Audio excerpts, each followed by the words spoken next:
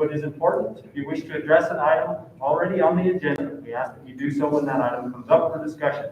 If you have a comment on a matter not on the agenda, this is the time during our meeting for such comments.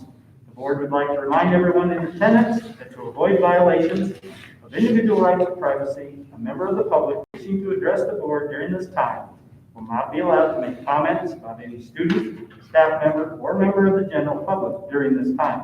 Does anyone wish to speak at this time? Okay, so I think we'll start real quick with introductions. We'll just have everyone go around the room. The other thing I would like to add is you are welcome to, with our space, remove your mask if you would feel more comfortable during this time. Okay. So, Brad, if you would start on that side and just go around the table. I'm Brad Rock, the K-8 principal. Hi, Brad. Nice to meet you. Nice to meet you. Christina Hartman, Vice Principal, K-8. Sherry Henron, High School Principal. Kelly McDonald, trustee. Paul Wilson, trustee, vice chair. Jason Noyes, current board chair. Sean Scott, chair, chair. Trustee, you want to- Vanessa Flynn, trustee. Joseph Gill, IT guy. And Pam Watson, district clerk. Nice. First of all, thank you for coming. Thank you for braving the roads. You definitely have the farthest journey, so we appreciate you taking the time to do that. We've got about 45 minutes to close to an hour. Okay. We've got 11 questions, as you know, Yep. which gives us a little over 4 to 5 minutes for each question. Okay. I won't regulate the time, but I'll kind of keep an eye on it as we get towards the end. If it looks like we're crowding that, I may let you know. Okay. Otherwise, that will be up to you. And we'll begin. Okay. So, reflecting on your personal career goals, what are the characteristics of our district and community that motivated you to apply for this position? Well, the characteristics of Townsend is it's a very small rural town. I grew up on a farm in south of Coeur d'Alene, which Coeur d'Alene at the time was not very big. I like that small community feel. I like to become, member of that community. If we were to make the move here, this is where we would stay. So it's not like this is a stepping stone. Being in a small district, you're able to build those relationships with the staff and the students and with the community and really pull everybody together and work for the same goal, which is for our students. Great. I've got the second question. Townsend is a K-12 district with 3 schools that share a common single campus. What are some strategies or approaches a superintendent could use to help unify the district yet still allow each school to maintain their separate identity? Absolutely. I think creating some common themes, common languages across the campus, common consequences for certain behaviors, that kind of brings us together. But I also think each school has their own personality and their own culture. And so being able to allow that to shine through in each school, they're an individual, just like each student's an individual. And to be able to still allow them to have their own personalities and own cultures while trying to continue to have that common language and that common theme across the 3 different schools.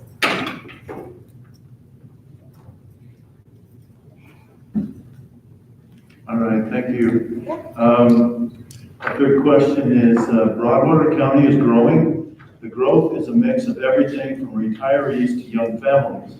What are some things that would be in your message to all community members as to why they should support the school?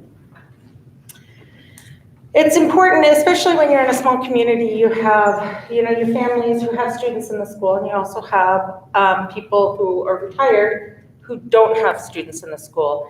And I think it's important that we're molding our students. We're molding these people to be productive members of our community and to be able to put in that help for our elderly community as well. So these are, I like to say it, these are the kids that are going to take care of all of us someday.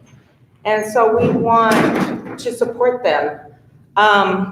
some people, when they don't have kids in the school, they don't like to hear that, but that's just the case. One of these days, you're gonna have a nurse that's taking care of you, and that might be one of the kids that are in our school district right now.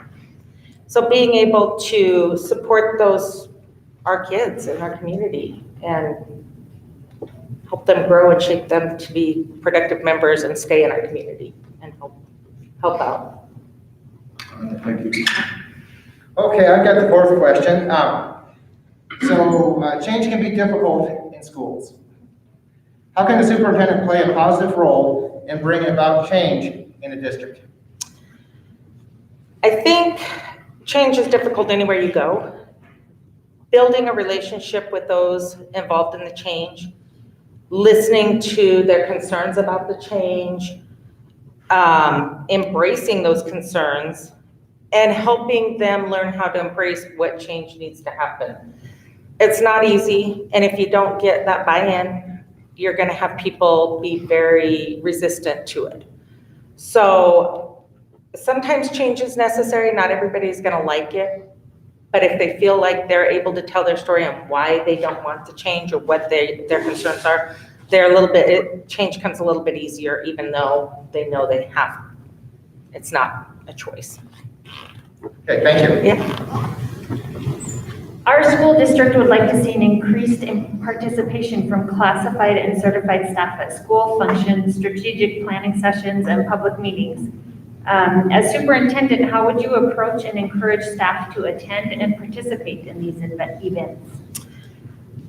First, I would lead by example. I would be attending those events. I would sit down and talk to the staff, listen to their ideas, maybe ask them to bring them forward if they have an idea, maybe ask them to sit on a committee. For example, I have a preschool teacher that is very involved, and we gave her a job in our recent levy, and she loves it, and she's doing phenomenal at it. But had she not been asked, she would not have done it. So just asking, hey, I see you at the basketball game tonight, or hey, can you bring this to the board meeting? I like that idea. Just little comments and just really getting to know them, really building those relationships and asking them to be a part of it.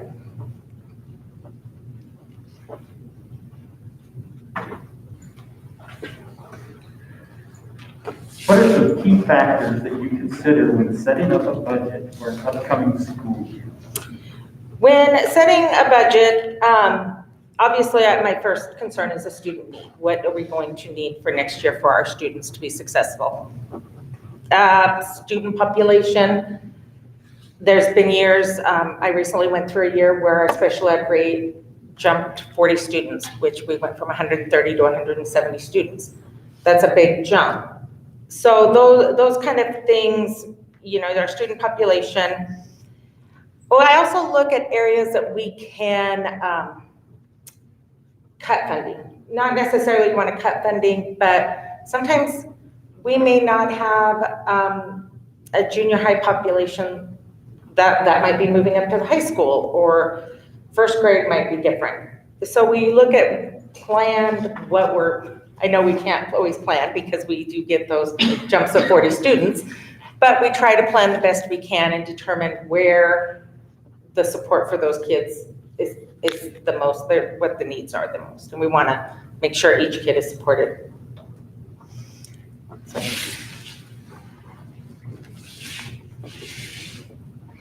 Okay, next one as well. As a new superintendent, you're going to be stepping into a building project, our K-8 facility, or elementary facility, and renovation, middle school. And this project has already completed programming, design, and groundbreaking phases. How do you intend to engage in the ownership of a project like this and the impact it will have on our district and the community? This is a very exciting opportunity for this district to be able to build this new school. And I think the pride that comes out of the students when they get this new building is going to be awesome. But it also is something, as a superintendent, you also need to sell that pride. You need to be proud of it. The community needs to be proud of it. Yes, I know there's a lot of areas in the project that I'd have to jump into and just get to know. But I just really am excited about the new building. I've seen in the past how a new building can just, the students just really are excited about it. They take pride in it. And even though the community might not be 100% on board, they take pride in it too. And especially if you're showing that, how proud we are of this building and how thankful we are we get to build it because our community voted that we are able to get that money. So being able to show that pride and sell it to the community is what we really need to do and have a very positive attitude. Building a building is not something I have experience with in my district. So that's something that is new. I do have a lot of, as I was talking to Jason before, construction experience, but not in building a magnitude of this size. So I'm not scared of it. It's not gonna scare me. Next question is, professional development is important to an organization. How do you determine what kind of professional development to offer and when would you offer it? Well, professional development is something that I would need to really listen to my staff on what needs are there, what problems they're having. What every year is different. We might need a curriculum professional development one year. We might need a behavior professional development the next. But if I gave a curriculum on the year that everybody was having problem behaviors, they would check out right when they walked in. So I need, you really need to know what problems they're having, what concerns they have, where they feel they need to improve on, what problems the community, sometimes I've heard members of the community that we need to do this. Listening to everybody involved would help determine when that was. We usually have professional development days, or we offer professional development in the summer for certain teachers. So it would be on those days. I don't know if this district, I'm assuming you guys have days that you set aside for professional development as well, so. Okay, question 9. So, let's see. Recent events in our world have forced accelerated change in educational models. Combined with the need to address various learning styles, what are some scheduling and learning models you believe are worthy of further exploration? And for example, blended learning models, 4-day school week, also personalized learning is a piece of that, and other non-traditional methods of instruction are examples. Yeah. It's kind of thrown us all for a loop. And I think in my experience, some of our students have gotten behind with the online learning. Some of them are really good at it. I think we need to look at each student, need to offer what is best for that student as an individual. I've also seen some teachers, and in talking to the superintendent, he had said, you do have a teacher that was teaching remotely. Some teachers are phenomenal at remote teaching. Some can't get it. So it depends on the teacher as well. I think we need to really look at that. I do like the remote learning. That is something in my personal experience, worked very well for my son. However, as a special educator, it was a nightmare. We have figured out how to provide some services online, but the kids aren't getting what they need. So that's a concern to me. And a lot of the parents, they wanted their students in school, obviously, as well. But we all know higher education is going more online as well. And some of these kids need to learn that from the beginning. In our district, we struggled with that quite a bit. And one of the thoughts I had, it was to have an online day, but at school. And so if we had to go into a quarantine situation, or if we had to go to a hybrid situation, the students would have the tools available, they would know how to do it, they get on, they just do their work online. It's not catching on that fast, but in a theory, it's something that, I mean, kindergarten, first graders be able to get on an iPad and do their schoolwork. They know where to go, they know what to do. It's coming along. We have a lot of connectivity issues in our district, but I think a lot of places, that's one of the main reasons that we can't. But in other districts, it is working where they're doing one day online all the time. I think it would be great because, like I said, I think a lot of kids, when they get to that college level, are going to take an online class, at least one. Not all of them are going to want to go into class and sit in front of a professor anymore. And a lot of professors don't want to teach that way. So I do like a lot, I was very encouraged about the job readiness program that is here. I don't think all students are going to go to college. But being able to get the skills to have a job once you're out of high school is important as well. 4-day school week. Our district has looked at it if levies didn't pass. I don't have, I mean, I think it gives our students 3 days to get in trouble versus 2 days, but. So, I mean, my background was in behavior, so that was if we had a 3 or 4 day weekend, I ended up with a call from the probation officers. And so, but other than that, I think that we just really have a lot of opportunities to kind of expand our learning and tailor it towards each and every individual student, how they learn and how they best learn. All right, thank you. Yeah. What is one goal that you would set for yourself for the first year as our new superintendent? A goal that I would set for myself would be develop relationships with all the staff, with as many students, many families, and with as many community members as I could. Just develop those relationships, listen to those people, learn about the different people and dynamics and culture in the community, and just listen to what's going on and be a part of it and kind of just emerge in that community.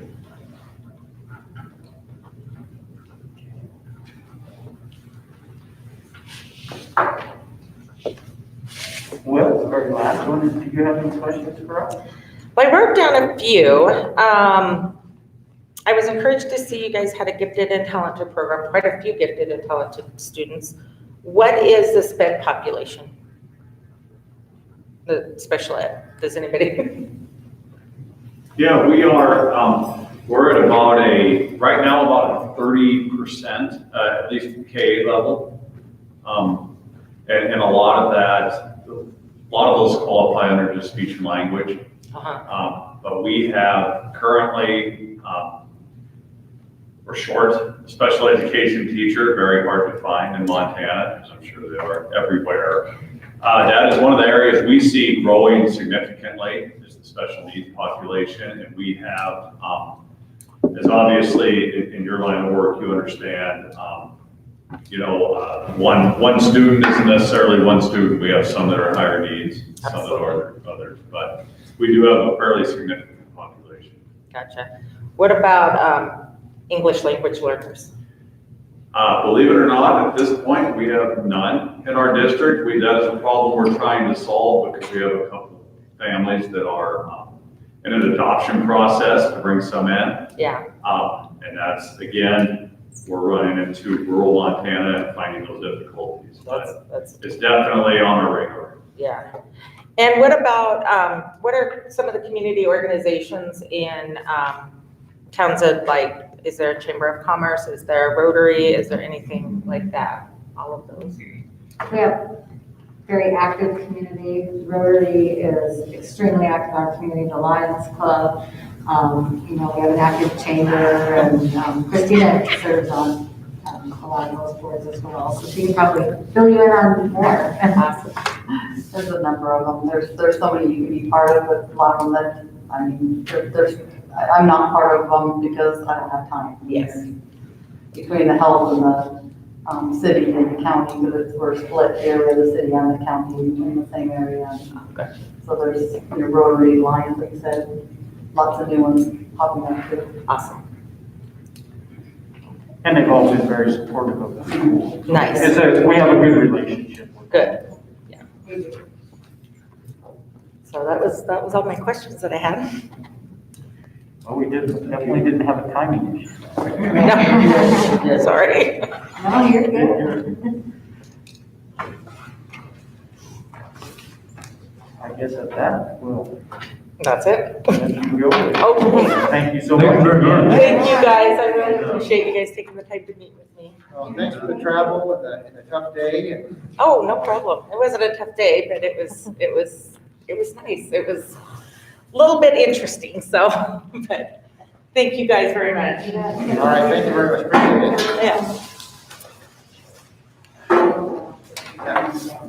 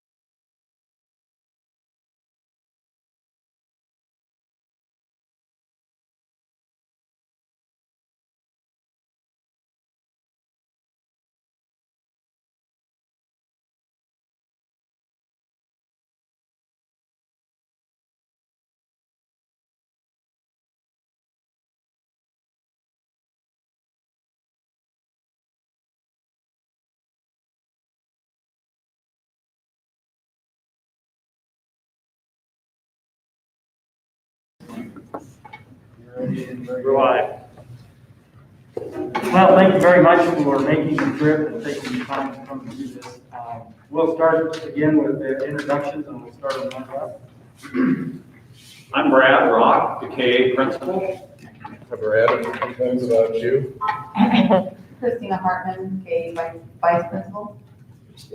Sherry Hunter, high school principal. Kevin McDonald, trustee. Todd Olson, trustee. Jason Noy, current chair. Sean Scott, trustee. Vanessa Flynn, trustee. You know, we talked on the phone. Joseph Gill, IT guy. And Pam Watson, district clerk. Pam Watson, okay. Good things about you too. Oh.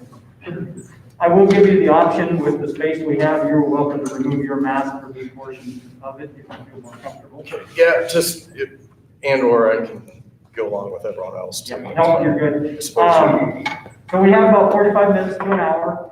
You've seen we've got allowed 11 questions, so 4 to 5 minutes per question. I won't regulate the time. If we start to get towards the end, I may give you an update on the time. Sure, yep, We'll go ahead and get started. yep, sure. Reflecting on your personal career goals, what are the characteristics of our district and community that motivated you to apply for this position? Well, again, thank you for having me. I appreciate the time, and I know this is a busy time of year for everybody, so thank you. After being in White Sulphur as the high school, the K-12 principal for years, I've driven through Townsend quite a bit and just kind of always had said, this is a nice place, it's a good community, and wondering how other towns and small towns in Montana didn't take the clue on cleaning up, get the town looking good. And, so I always said that about, like, why can't White Sulphur be similar to Townsend? Or, I live in Judith Gap and we don't do so bad, but Harlow, it's just a little, and why it's, so that always kind of drew me to Townsend. After walking around today and kind of knowing the reputation of the school, I see your CTE program as being top notch.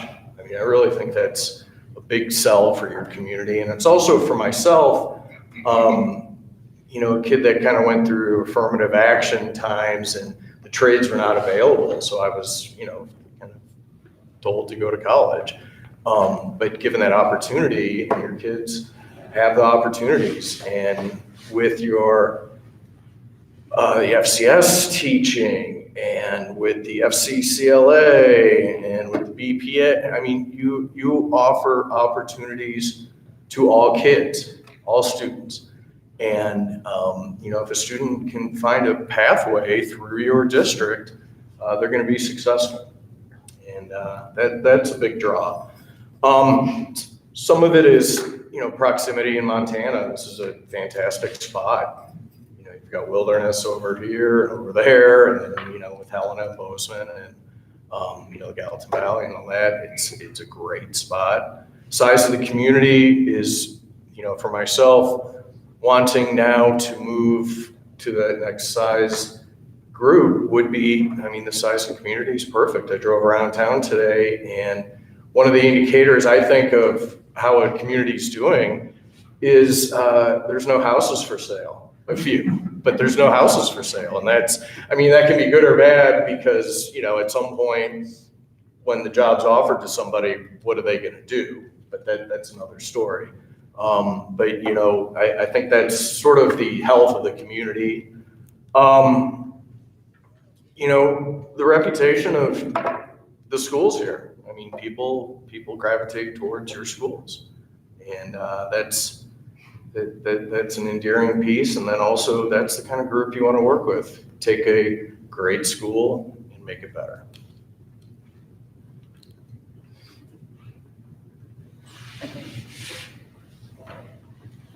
All right, I've got question number 2. Townsend is a K-12 district with 3 schools sharing a single campus.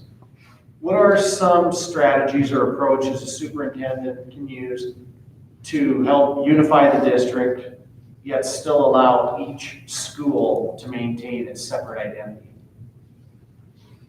And this is, I've worked in similar but different schools, and this is always the case, especially with 3 schools, junior high, and elementary, and high school, and the identity, one as a district, but then also each school individually.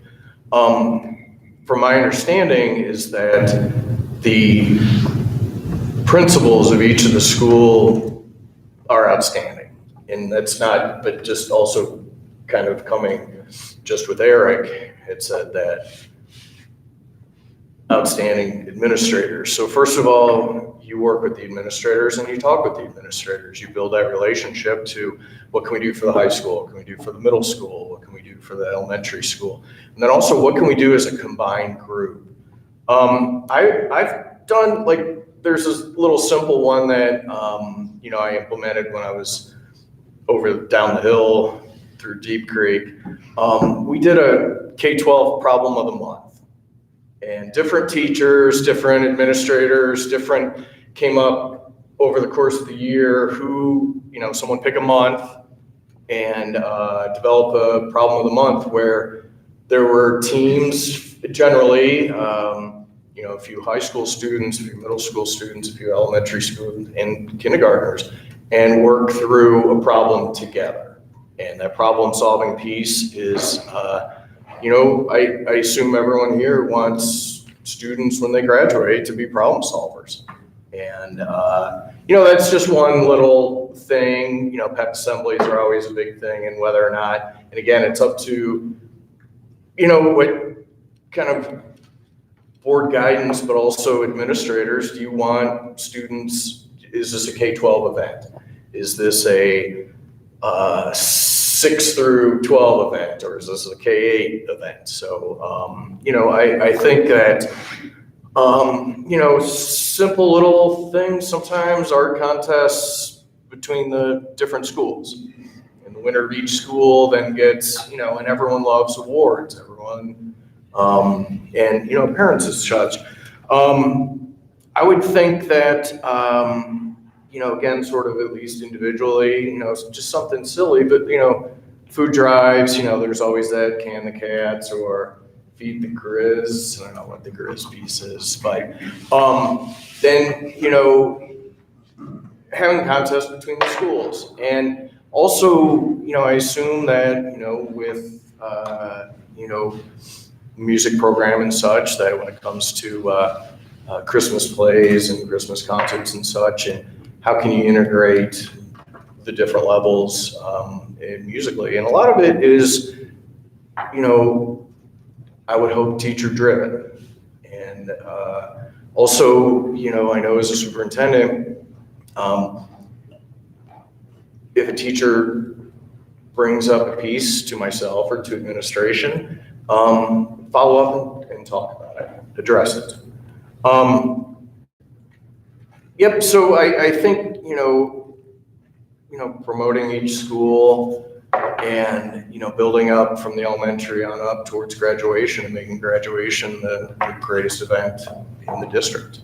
And, something that when students see it as a kindergartner, that's where I want to be in 12 years. My next question, Broadwater County is growing. The growth is a mix of everything from retirees to young families. What are some themes that would be in your message to all community members as to why they would support the school?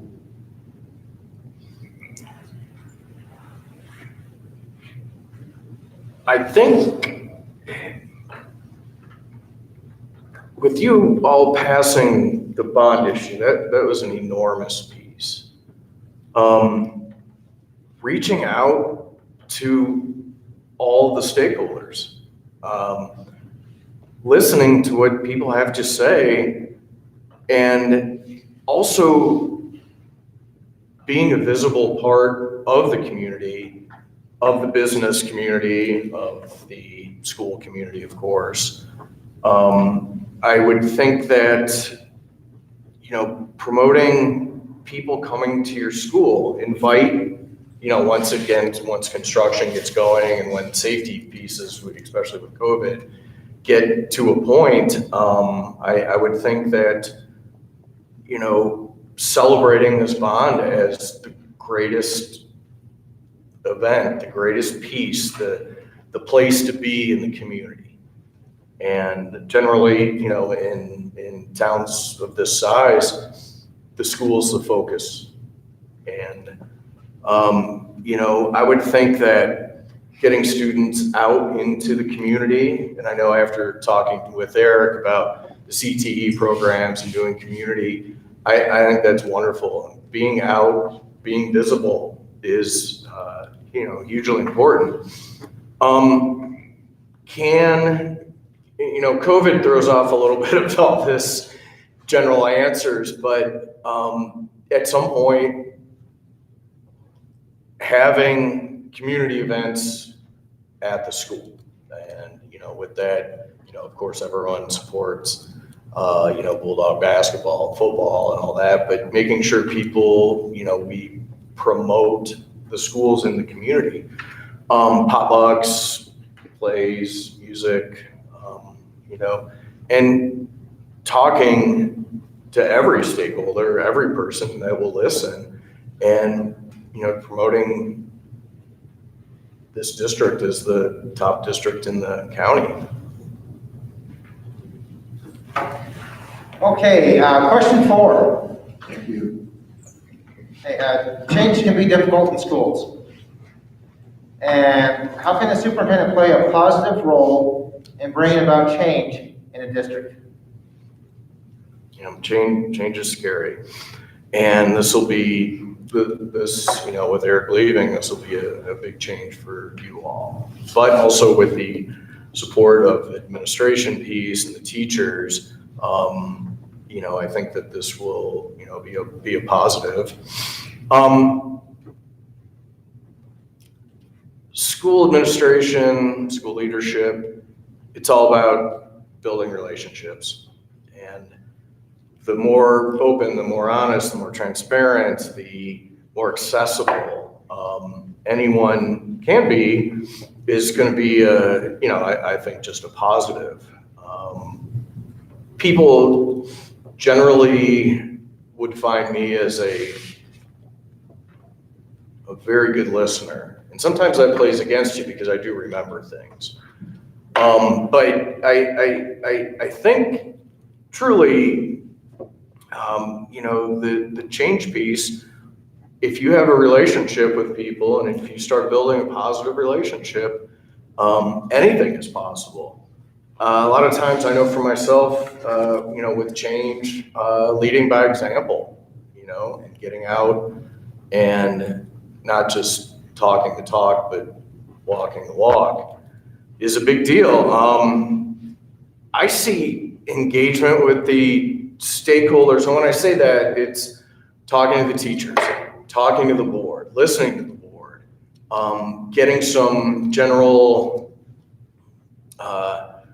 feedback from people, listening, and then at that point, then following up. I really think that, that follow-up and that feedback piece are some things, and especially I know teachers really enjoy that. Positive, we're servants of the district, and the cheerleading piece is part of it, and the positiveness is part of it. So generally, we're all afraid of change, but also generally people, if you have a relationship with them and a positive relationship, I do believe that people will follow. Thank you. Our school district would like to see increased participation from classified and certified staff at school functions, strategic planning sessions, and public meetings. As superintendent, how would you approach and encourage staff to attend and participate in these events? That's an interesting one and actually a very good question, because I think this is a lot of the case across the state and, across the nation right now. I think, first of all, and I don't know with your district what the avenue is, with Facebook or daily announcements or sending out emails to each and every parent, and community members. Do they know they're invited? And do people know that there are happenings, and whether that's board meetings or public comments or basketball, or, I have to go back to basketball because that's the season right now.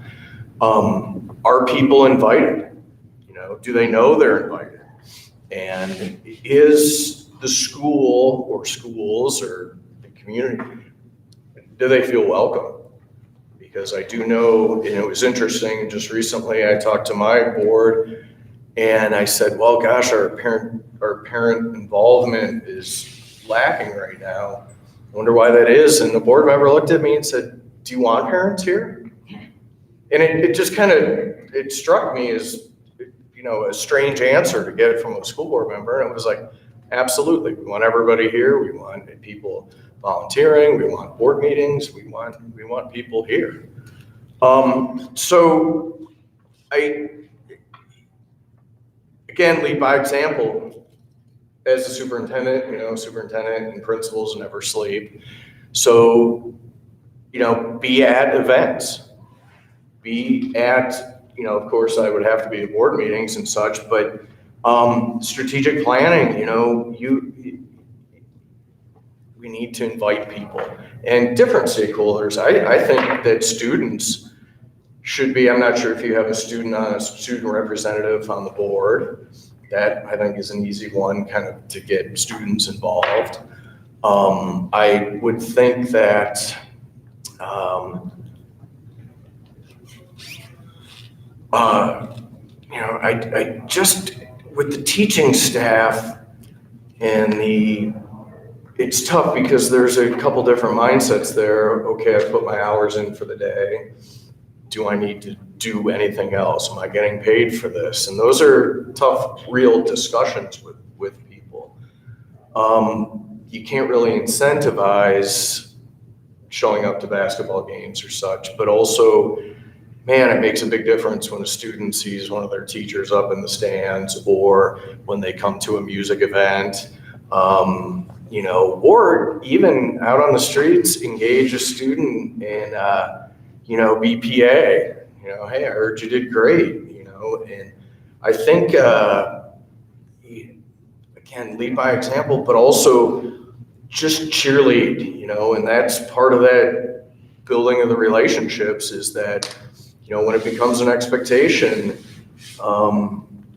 people generally will follow, but if superintendent or admin or teachers don't show up, it all it takes is a quick conversation.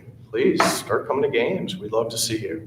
And, do it in a way, and when I say confront, it's not going for someone's jugular, but it would be just a conversation, and, about how much people appreciate that, and students and staff.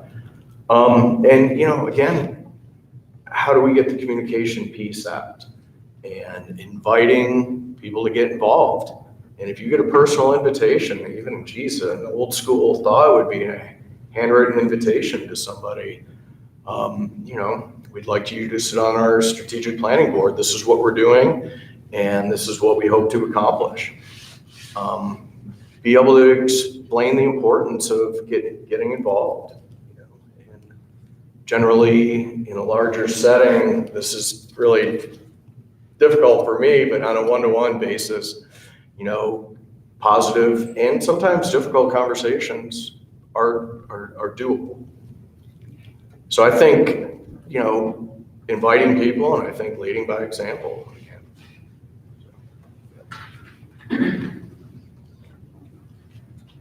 What are some key factors that you consider when setting up a budget for an upcoming school year?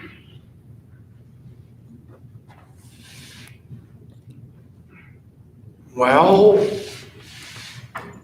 first of all, what I've seen since becoming a principal 12 years ago, and especially now in the superintendent role, the relationship with Pam, if that's okay to call you Pam, or the business manager, the clerk, is paramount.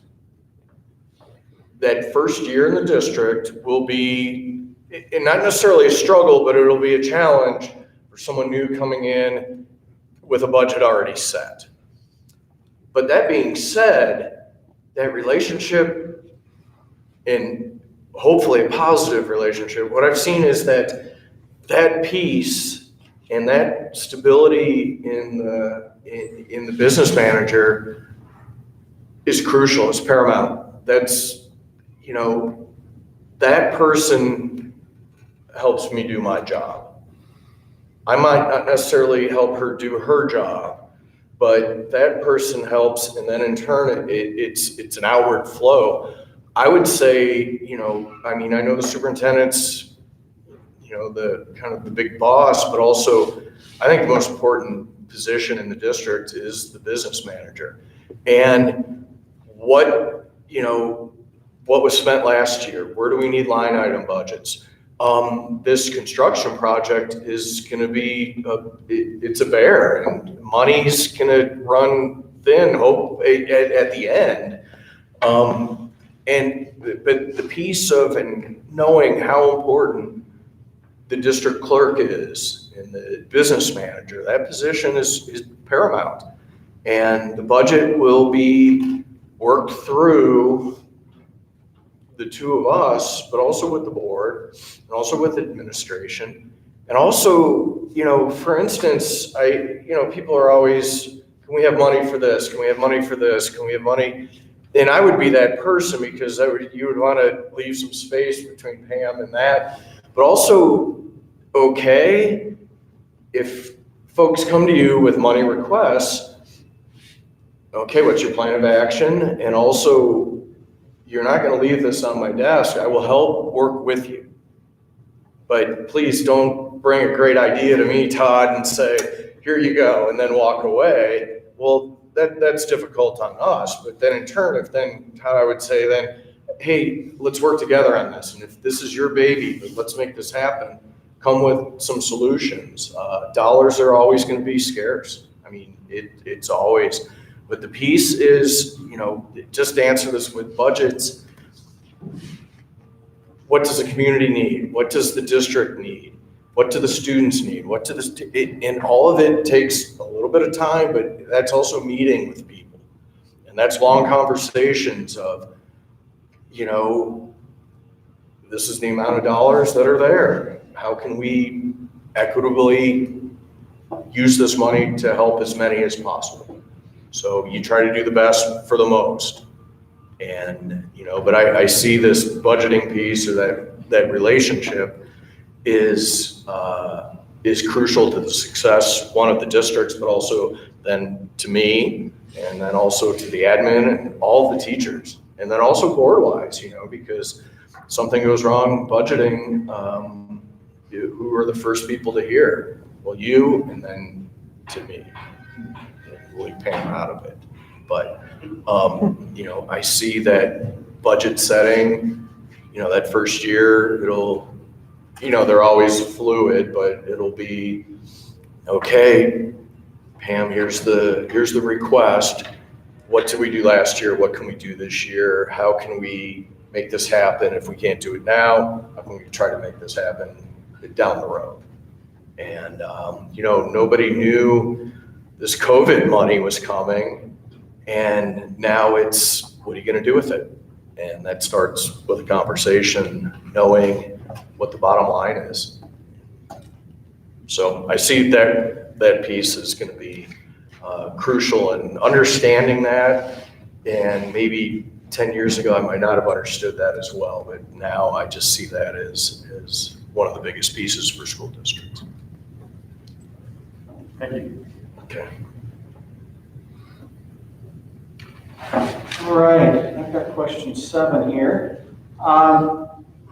As a new superintendent, you'll be stepping into a building project that has already completed the programming, design, in the groundbreaking phases. How do you intend to engage in the ownership of this project and the impact it will have on our district and the community? Yeah, let me tell you guys, the size of project you have going and what the outcome's gonna be. Eric kind of showed me what the end product. And the fact that your community in COVID days passed this levy speaks volumes of your district. That's really, there is no other choice but dive right in. There is no other choice. And what I've seen over the years, in my youth down in Bozeman, I worked for when I was in college, I worked for a contractor and we hauled sheetrock. And it was interesting to watch the boss every day.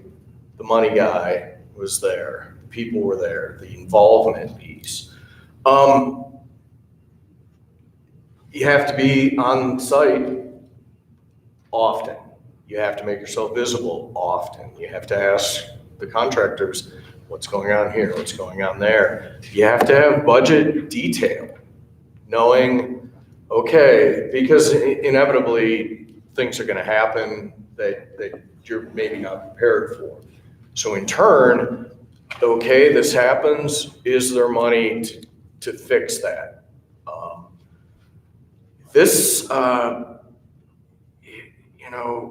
This building project scares superintendents.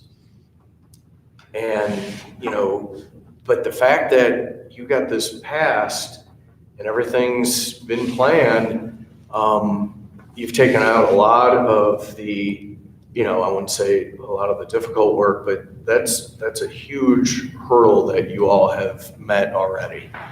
I see myself as, just diving straight in and knowing a little bit about the construction trade, and also with budgets, how do we keep focused on the end product? And also, I would hope that board members would be there every step of the way also. And taking my updates and such, but also being there and, showing up every so often and, okay, what's going on here? And, this, this is, again, meeting with teams. What's your relationship with, the contractors? What's the, I'm assuming, I'm not sure who your general contractor is, but I'm assuming that's going to, again, be a crucial relationship piece. And this is going to be the crown of Townsend. I mean, it's beautiful, and you can see the work that you guys have done. I walked through the high school, and that's 20 years old, and it's beautiful. Like, really, you have kept that up, and that's really says a lot about kind of the administration piece, but also all the teachers and the students and the worker, staff member, classified staff. They really take pride. And, look at, you can look around right now. I mean, you've got beautiful facilities, and it's only going to get better.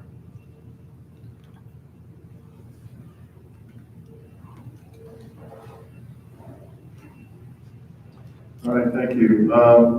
Professional development is important to an organization. How do you determine what kind of professional development to offer and when to offer it?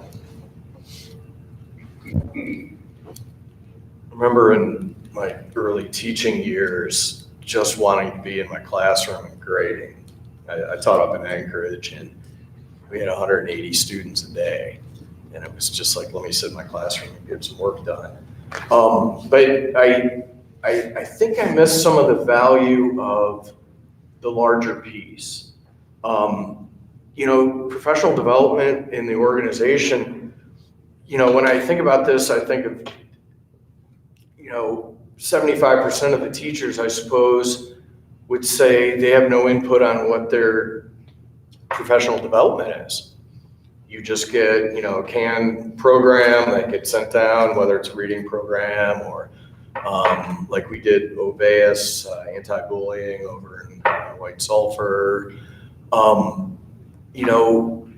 asking the teachers, what do you want to do for your PIR days? And I know we have certain rules already, we need to take bloodborne pathogens class. Okay, you mix that in there. What do you want to do as a staff? What would you like to learn as an individual? And some of it is group, but also some of it is individual.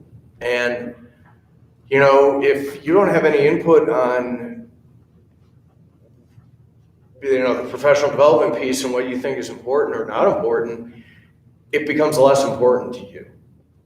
Where if you have some input and someone takes your input and makes it happen, or gives you an opportunity, like especially with, online and professional development, it doesn't always have to be, the big group. It can be the individual. And there's more professional development out there, especially electronically, than there ever was.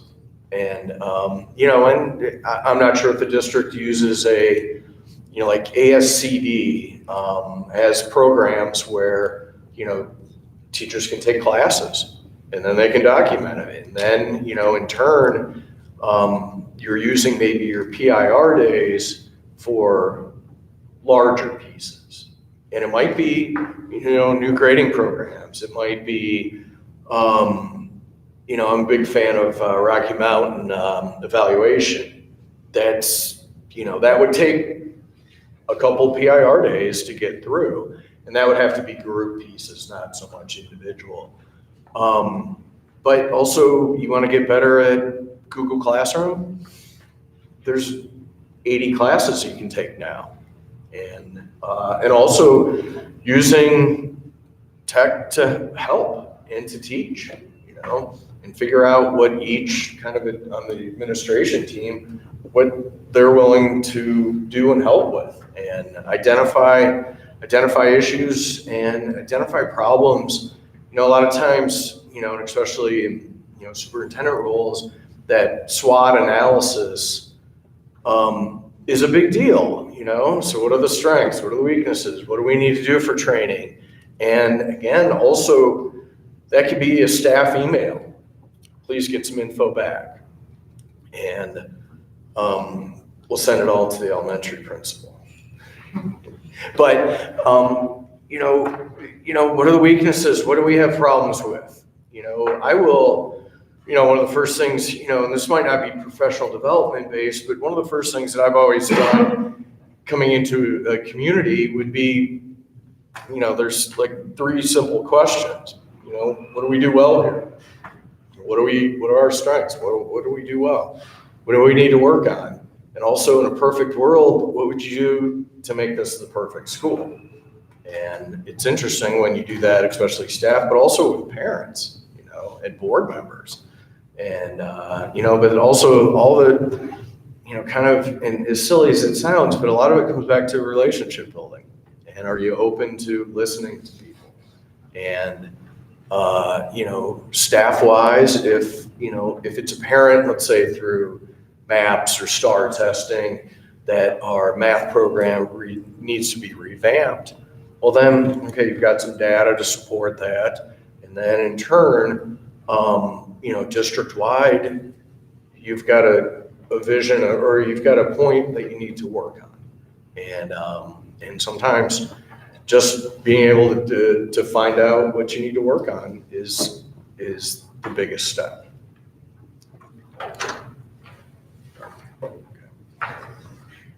Okay, thank you. Question number 9. Okay. So, recent events in our world have forced accelerated change in educational models. Combined with the need to address various learning styles, what are some scheduling and learning models you believe are worthy of further exploration? And some of those examples might be blended learning, 4-day weeks, also personalized learning, and other non-traditional methods of instruction.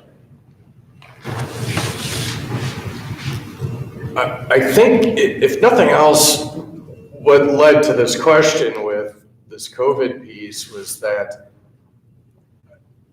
we needed to step out of our box. And this was scary times. And I'm not sure how your school district handled it, but also I just assume once that first week was done and then they put us out another 2 weeks, that teachers don't want to fail. Administration does not want to fail. Board members don't want to fail. So in turn, what I think happened across the country was, well, and especially here in Montana, let's just leave it here because I don't know, it's, Los Angeles, Chicago, that's not our issue. But what I found was that, the more open-minded, that growth mindset that teachers and staff had, the more opportunities and the more refined the education piece got. Blended model, I've seen that. I've got a 7th grade daughter down in Bozeman, and I asked her, like, how's it going? And she said, well, at least we're here 2 days. And that was like a positive. And when they went back to the 5-day this past week, how's it going? She said, well, I don't know if it'll last. And so it's interesting to listen to kids, to students. I think, the district having, and again, this would be a tech piece and a principal piece and also a teaching piece, maybe a universal platform for delivering online classes. What would be work like, I know over at the university system and especially over in Missoula, Moodle, would that be the preferred? And there's a dozen of them. But getting students, if they are off campus or online, all the teachers and staff using the same piece, different classes, of course. I think that's beneficial. I see, I've watched teachers holding classes, when it wasn't, like on a Friday, socially distanced out in the park delivering their message, and it's still kind of a face-to-face piece. Is that traditional classroom? No, but also, is it delivering a good product? Yes, absolutely.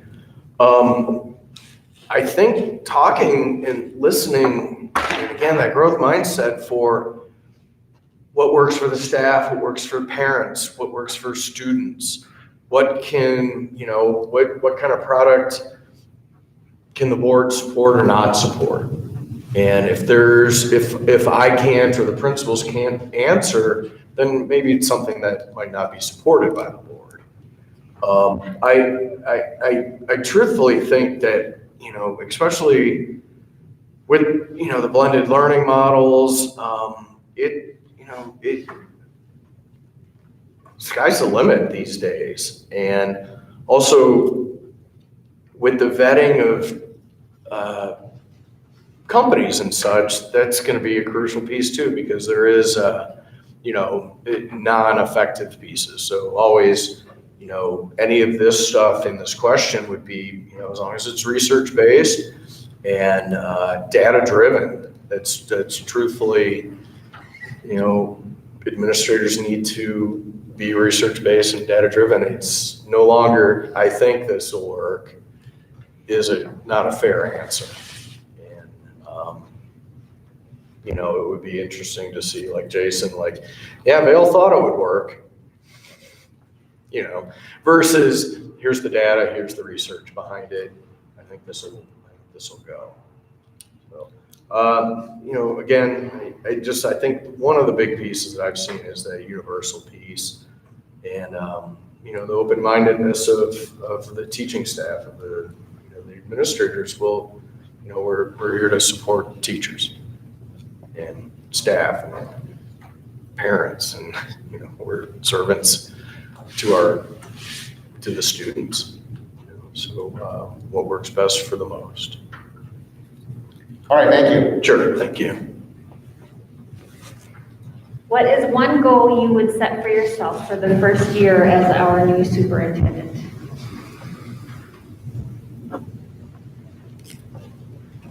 I want to say construction first, survive the construction, making sure all the bits and pieces are in line with the plan. I see,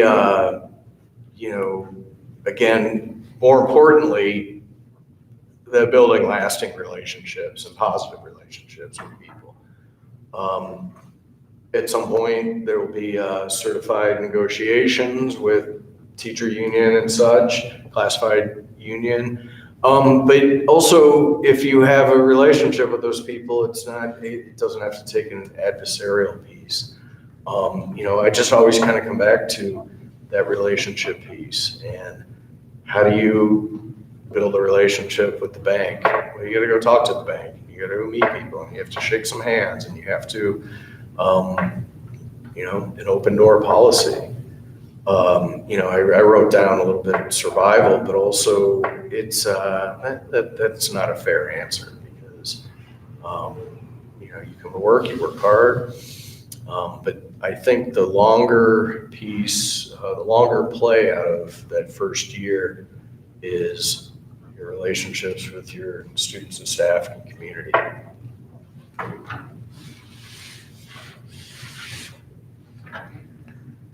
Well, the final question, do you have any questions for us? Yeah, some of that will be, taken care of as we go. Do you guys support professional development for administration staff and also superintendents, just as far as being SAM members and conferences and such like that, locally generally? I've never been to a national conference, but, I would think. Can I ask tech-wise, what computer system are you on? Do you use PC or Macs? So we use primarily PCs, but the overwhelming device of choice in this district for students is going to be Chromebooks. Gotcha. Yeah, that's what we use Chromebooks. And are you on a one-to-one? Yes, sir. Okay, yeah. Well, and especially with COVID piece, that's pretty crucial. And I guess maybe my last one would be, I could go on forever, but also, I guess maybe my last one would be, what's your time frame for making a decision? And if you don't have one, It's going to be pretty short. Yeah. We're going to put in a great deal of discussion tonight. Okay. Yeah, I'm just curious because also knowing it's that time of the year too, so. Other than that, you've got a great community, you've got a great school, you've got, it seems like a dedicated staff. So I appreciate you having me in and thank you. Nice to meet you all. If you see me out and about, say hello, please. All right, thank you. Thank you. Make sure you wear your name tag because that really helps. Yeah. So, Thanks for making the trip. Okay. On a day like today. Yeah, thanks, Tom. yeah, that's, Deep Creek was 30 going through there today. And, so yeah, I appreciate it and thank you so much. If you need me, you got my contact info. Thank you. Thanks, Tom. Yes, thank you. Thank you. Nice to meet you. Yes, thanks.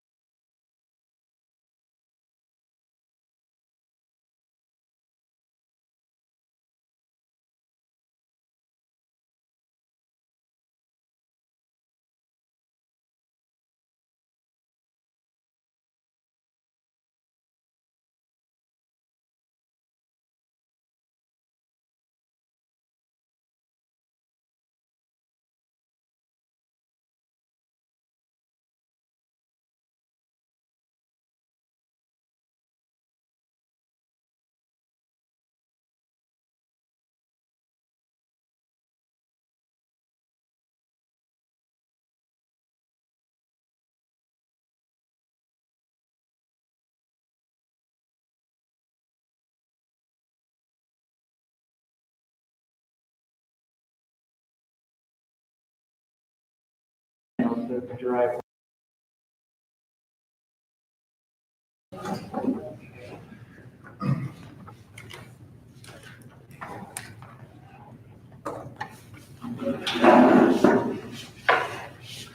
Well, thank you so much for making the long treacherous journey to come to this interview tonight. Thank you, yes. First thing I will say, as the interviewee, you are welcome to remove your mask if you feel Okay. comfortable doing And so. you guys are comfortable with that? Yep. Okay. We'll go ahead and start this evening with introductions of us, and I'll start over on my left. I'm Brad Rock, I'm the K-8 principal. Christina Hartman, K vice principal. Sherry Hebron, high school principal. Kevin McDonald, trustee. Todd Olson, trustee. Jason Noyes, current chair.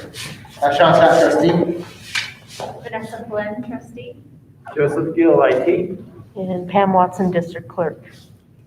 Thanks. As you had the opportunity to look at the questions, we got 11 questions. We got roughly 45 minutes to an hour. That's about 45 minutes per question.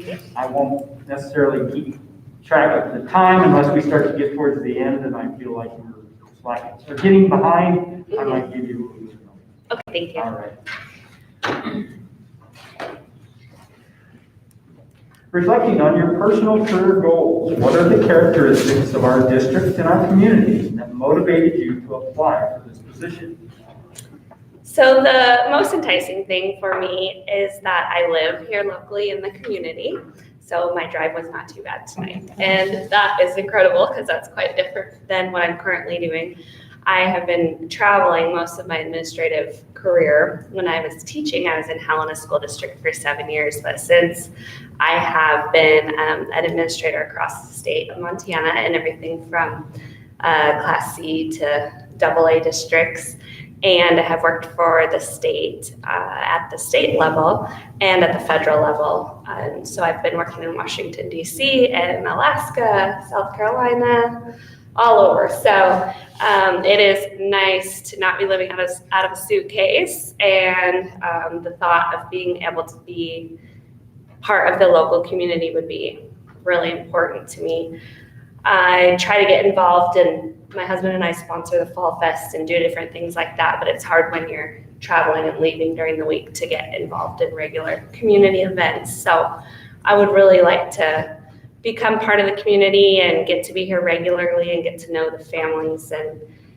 And I like the idea of the challenge of the building project. I thought it was really cool and I was excited that the bond passed. And so I like the idea of taking on that challenge and being a part of this process with the district and bringing my experience in the contracting and construction world to help benefit the school in that. I also like the size of the district a lot. Like I said, I've worked in schools of varying size. I love the rural schools because you get to wear many hats. In my first superintendent job in Grass Range, I learned, it was great boot camp for superintendents, I would say, because I was, on the roof, trapping golfers, plumbing, doing everything, changing the bulbs on the scoreboard. I was the announcer of the football games, so you name it. So I learned a lot from that, but I also like having a team. I'm excited about having an administrative team to work with, and teachers, a good number of teachers and staff to work with, and enough people to do some exciting things and adventures with. So those are things that stood out to me and reasons that I applied. Thank you. Mm-hmm. All right, I've got question number 2. Townsend is a K-12 district with 3 schools that share a single campus. What are some strategies or approaches a superintendent can use to help unify the district, yet still allow each school to maintain a separate identity? So some of the things I have noticed while I was on my tour and here in the past were the PAX posters. So I think a way that a school can maintain, or something that's important to tie throughout the schools, is a positive behavior program and some of those positive school culture components. I think that it's important that we start that at a young age and that we continue that throughout.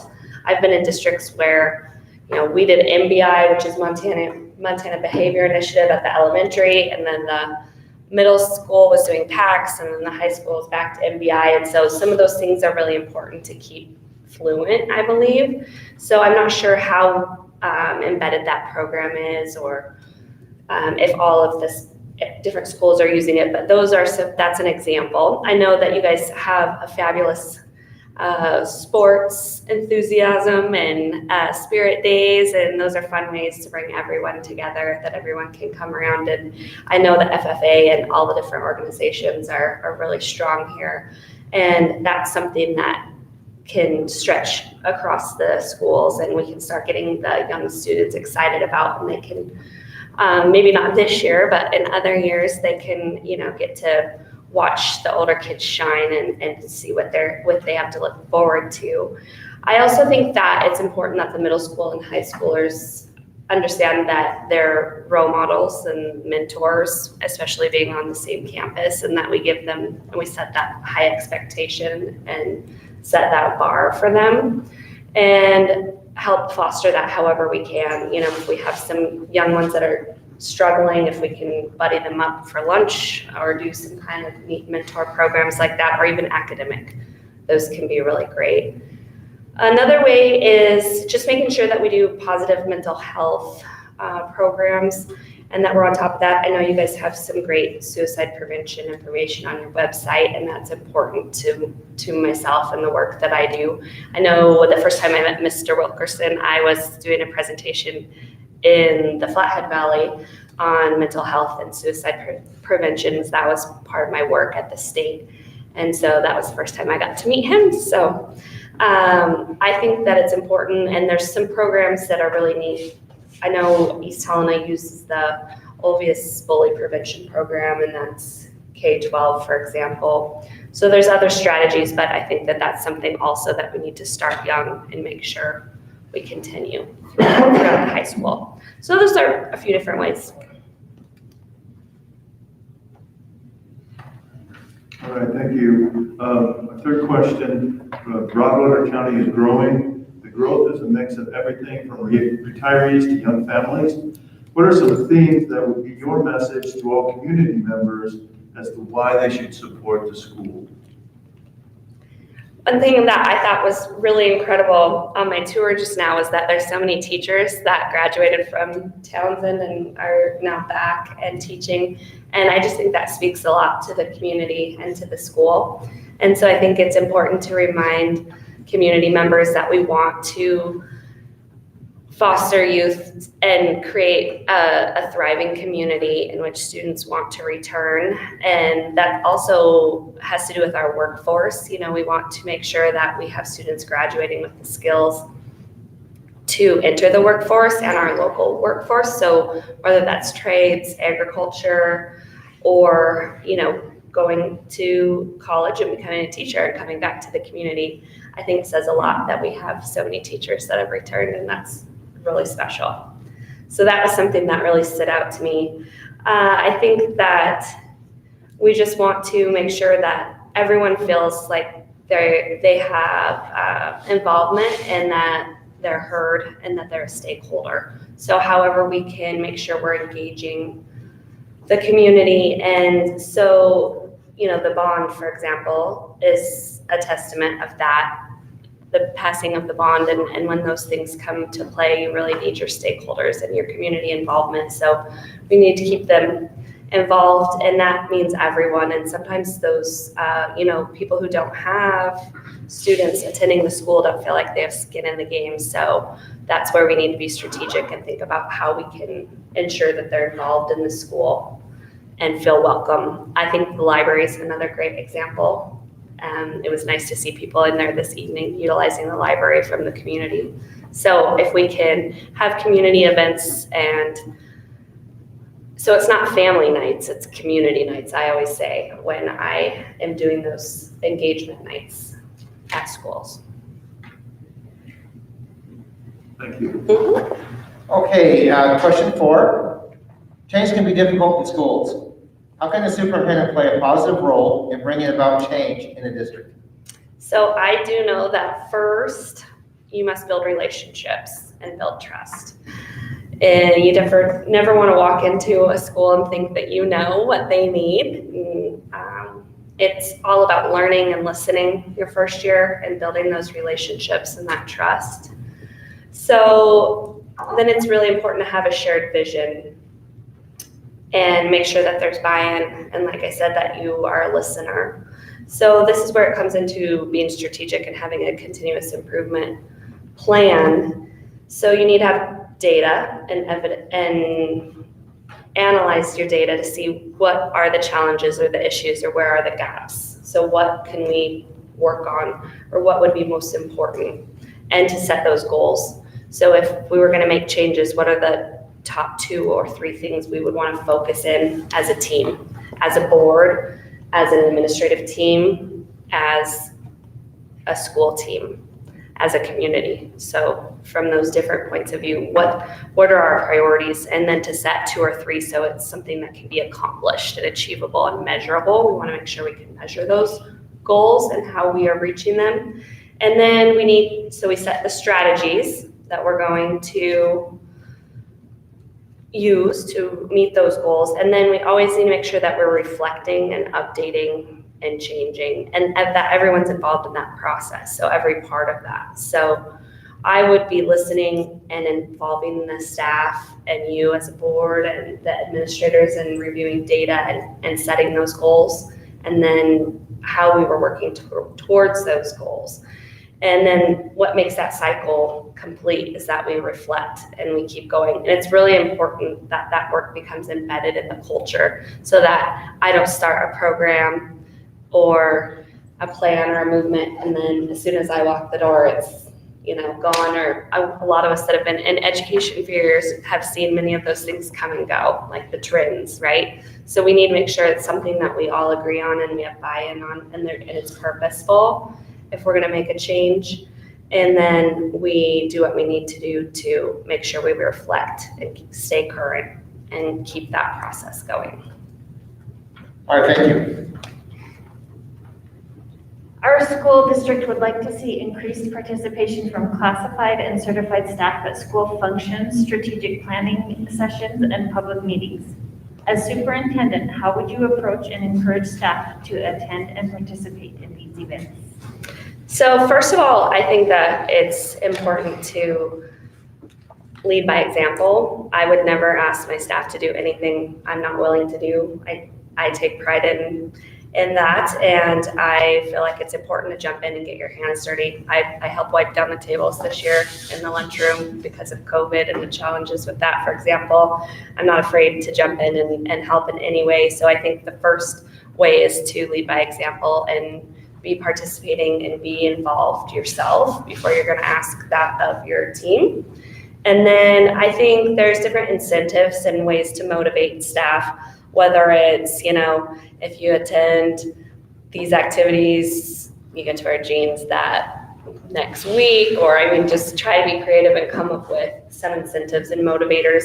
But of course, if we get down to the nitty gritty, we can look at the bargaining agreement and or the contracts, and possibly funds to pay staff for their time is something else that I've done. So when I was the principal in Livingston, they had negotiated one heck of a contract, and they had really long lunches and things that made it really challenging to schedule as an administrator.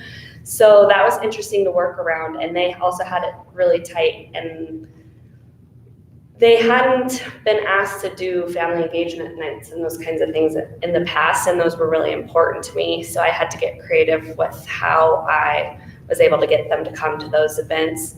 So some of the things I did do was figure out different funding measures so that I could compensate them for their time. But like I said, I led by example. I tried to get a few of the key educators involved and on board, and then we started to have more and more show up.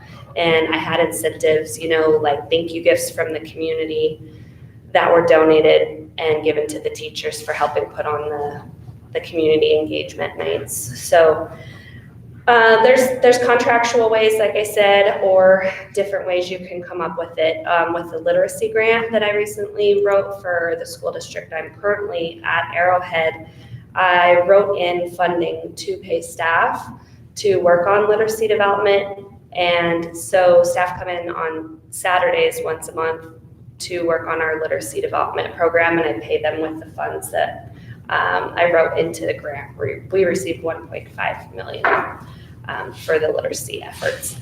And so that's a way that I was able to compensate them for their time, which I also think is important. You have to find that fine line. I know teachers and administrators have lives too, so.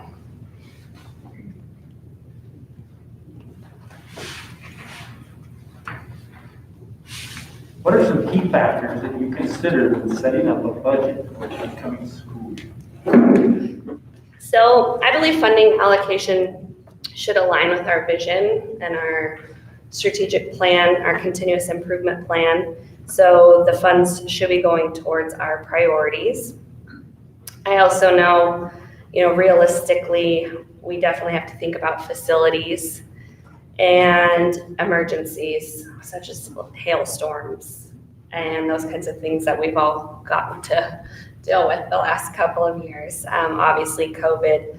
So it's important to have your priorities, such as the facility priorities. This year we're going to do the roof, the next year we're going to do this, and that's an important part of the superintendent's role, is to have that long-term strategic plan and vision, and to work on that with you as a board and make sure that we're all on the same page when we're talking about our funding plans and our budget. And I think that we need to use our funds to meet our goals for the continuous improvement plan, like I said.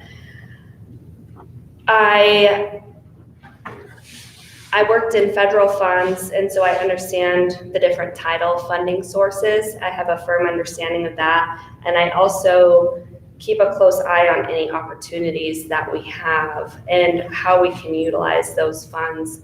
So Title IV-A, for example, we have Title IV-A and Title IV-B in the federal funds, and many superintendents didn't realize that they could use those Title IV-A funds for many different reasons since the Every Student Succeeds Act changed. And so there's a lot of different things like mental health programs that those funds can be used for, but a lot of districts just rolled them into Title I.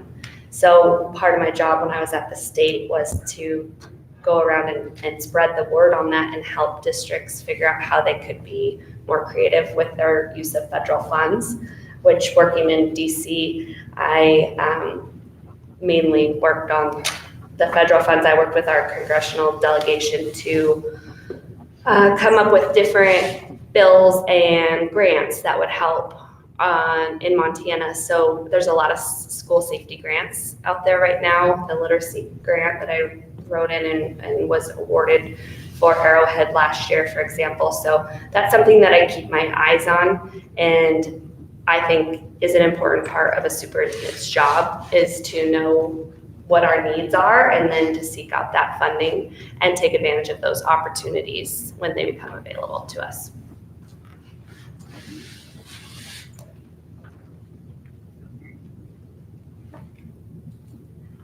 Okay, so I got question number 7.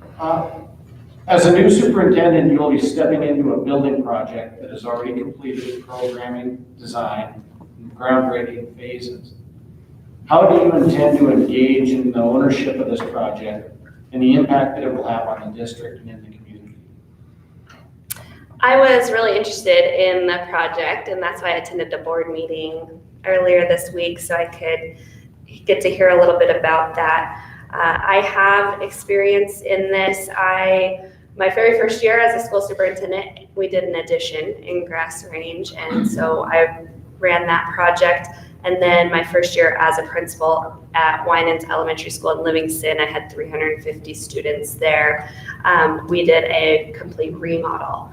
And I came on board right as we were working on that remodel. So I understand the importance of the transition phases, of keeping students safe during the project, and everything from, I was involved in the bids for the subs, opening the bids from the subs through the inspections and the finish. So I definitely think it would be important for me to be involved in the meetings that are held regularly. I'd like to be involved in the project. I know you guys have. I did ask Mr. Wilkerson about that, and he did say that there was someone managing it at a pretty high level, so the superintendent wouldn't need to be super involved, but I would like to be involved. I think it's important. I'd like to know, what subs we have, and if we're staying within budget, what options are being chosen. I thought it was really interesting that if they come in under budget, there'll be other opportunities or options to select from. And I think that as a superintendent, I would want to be very informed and be able to answer your questions as a board and provide recommendations. And part of that would be getting information from the administrative team and the educators on what they felt was important, and making sure that we have a voice in are part of this project all the way through. So I would want to represent the administrative team and the teachers and make sure I bring recommendations to you and stay informed. I think the inspections are important. I have also worked with contracting companies in the summer when I was a teacher and a principal. And so I have been on electrical inspections and plumbing inspections and things on projects in the past. And so I feel comfortable in that world and working with the subs, and would like to be part of those inspections and ensuring that our quality assurance is taken care of for the school. And of course, on finish, we need to make sure that we got what we asked for and what we paid for, and that we hold them accountable. And so I think that that's important.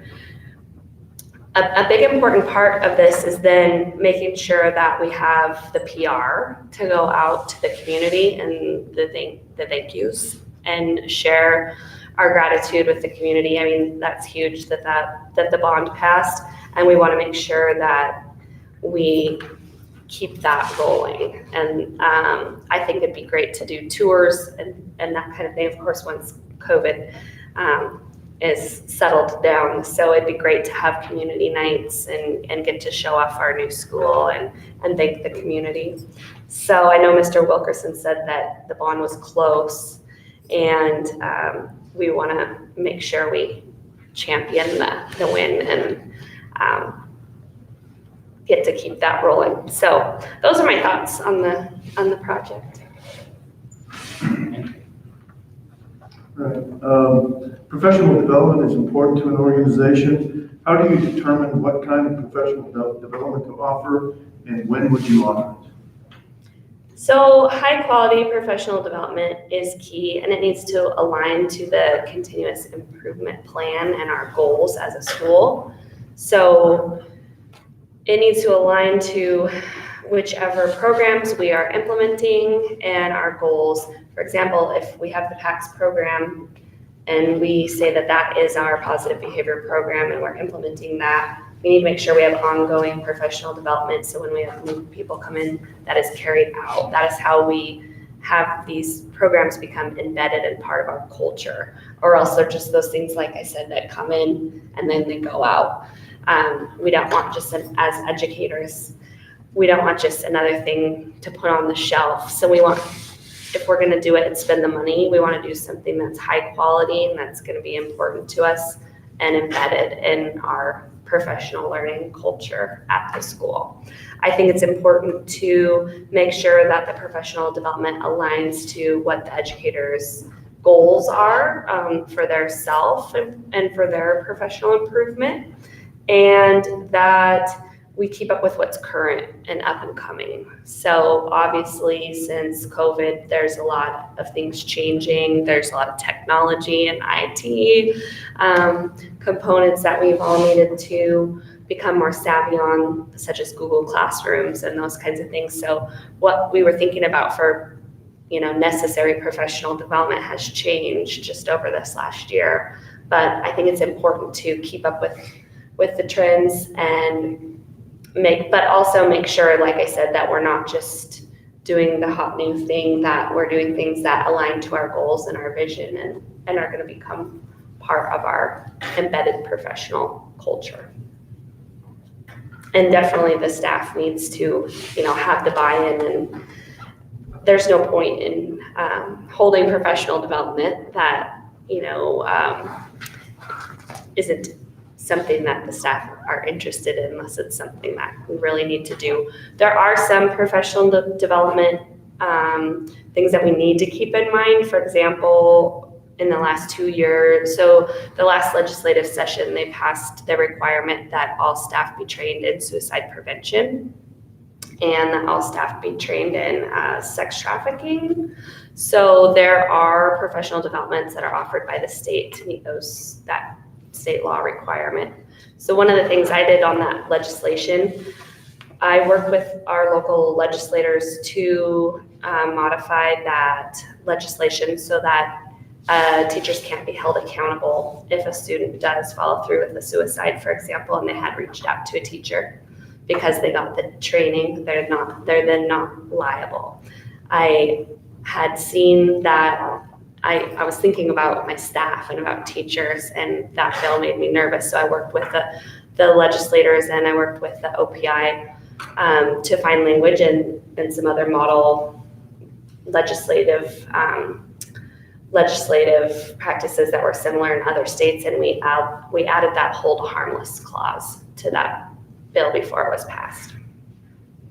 So I think it's important to keep our eyes out there and monitor, especially now that this is a legislative year. So we'll see, we might be mandated to have some specific professional developments as well.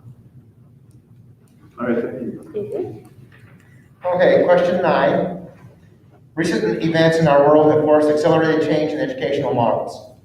Combined with the need to address various learning styles, what are some scheduling and learning models you believe are worthy of further exploration?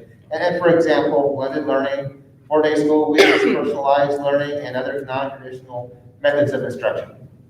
So first of all, I want to say hats off to your administrative team for coming up with a schedule that would allow you guys to stay open full-time with your school and have students here face-to-face, because the scheduling with the social distancing was a nightmare. I can attest to that. So scheduling is key, and more important this last year than ever, with making sure that you had separate recesses and were able to keep those cohorts separate and all of that. So I think that scheduling, and I was really interested to listen to you guys talk about that at the board meeting the other night too, the thoughts of the scheduling and the recess with the new building situation. So scheduling is a big part of the job, and it's important to get creative and see what you can come up with. So I thought that was really interesting. I think that it's really important, especially in this day and age, that we're flexible and that we, try to be as flexible as possible as we work through this. I think that the blended learning models are, worth exploring, and I think a lot of that's not going to go away. But it was exciting to see. I know at my school, and you guys had the same experience when students were offered online or face-to-face. Most families chose face-to-face, and I don't know if that's the rural community nature of things or just speaks to the excellence in these schools. But I think that face-to-face is optimal for working with students. However, there are some students and there are different opportunities for different learning models. I do have some experience with working with the proficiency-based models, and I know that's something that you brought up at the board meeting. And sometimes, I don't think it's a one-size-fit-all. I've always been willing to work with families and teachers and others on setting up different plans for students. So I think that it's important to to think about what'll work for different learning styles and different kinds of kids, and what can we offer so that if they are a year ahead in the program, that's awesome. How can we support them in accelerating? Or if they do have that gap, what can we do to get them some extra support? So that's where these other models would come into play, and the non-traditional methods. So that's what's really neat about the proficiency base, is because then the students can just keep propelling forward if they've met those standards. So those are some thoughts on that. Thank you. What is one goal you would set for yourself for the first year as our new superintendent? So my first goal has always been, since the first day I was a kindergarten teacher, it's my first teaching job, was to know the name of everyone in my classroom, and then once I became an administrator, to know the name of everyone in my building. So I take a lot of pride in being very involved in the school. I'm not one to sit behind a desk. I am out and about in the school and want to be hands-on involved. I would like to learn the name of all of my students in a timely fashion, and definitely build relationships with the staff and administrative team and the board. So those will be my goals, I think knowing names is the first step in building relationships. It means a lot to a student when you can greet them in the morning and say, "Hi, Carson, how are you doing today?" I like to be at the front door. I like to be in the lunchroom. I like to be present and support staff, and just be there and be involved with the students. And Carson was the nice young man that helped with the tour tonight, and it was just fun to get to know him and all the programs that he's involved in, and hear his excitement about the school. So I look forward to meeting more students.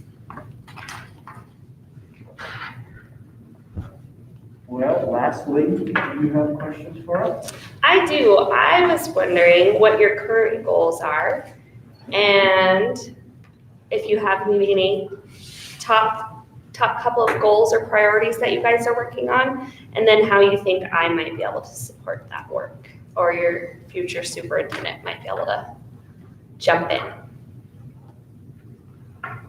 Well, I'll start a little bit. We've recently in our strategic planning, we've looked at, we're gonna have a new facility. What are we gonna do with that? What's the best way to use that? And how can we enhance our education in those facilities? How can we use that? How can we make our school better? I'm sure some of the other trustees can kind of expand on that, but that's kind of risen to the top right now. I would go ahead and add a little bit as well. I think, restate your question. So I asked, what are your goals and how the new superintendent will be able to support them? And again, regarding strategic planning, we came up with a number of different things. We're not finished with the process yet, but we came up with a number of different ideas, a number of different things. As you can tell by some of the questions, that part of these questions have been developed through a strategic planning process, and kind of envisioning where we want to be as far as learning models, pedagogy, pathways, those sorts of things. We're kind of working out those ideas and thinking about going those directions. As well, then the professional development kind of falls in the line around that as well. So I think, in my mind, that the next superintendent, would need to be a visionary, be able to help us get there, be able to plan that, be able to lead, create teams, and really think about what that future model could be the same, or could be different, what that looks like, and help get us there. Mm-hmm.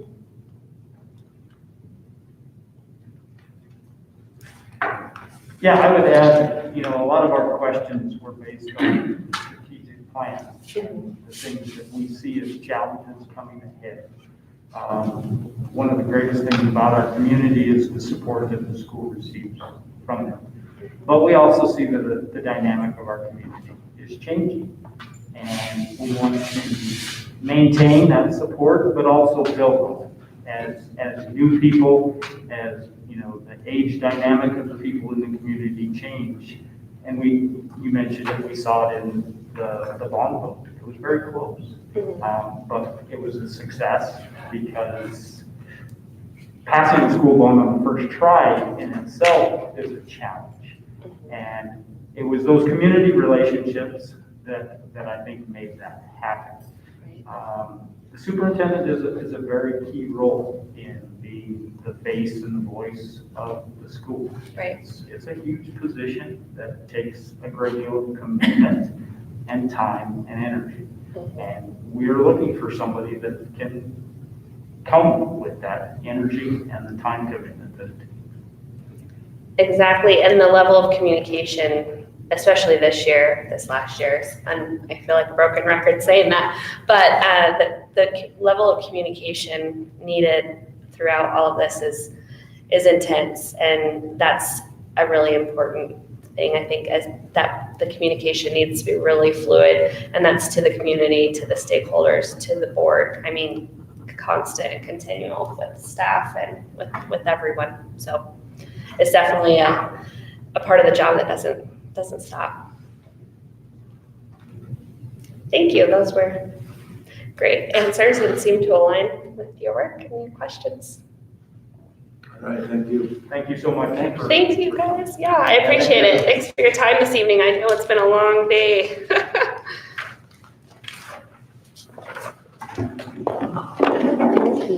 Thanks, Pam.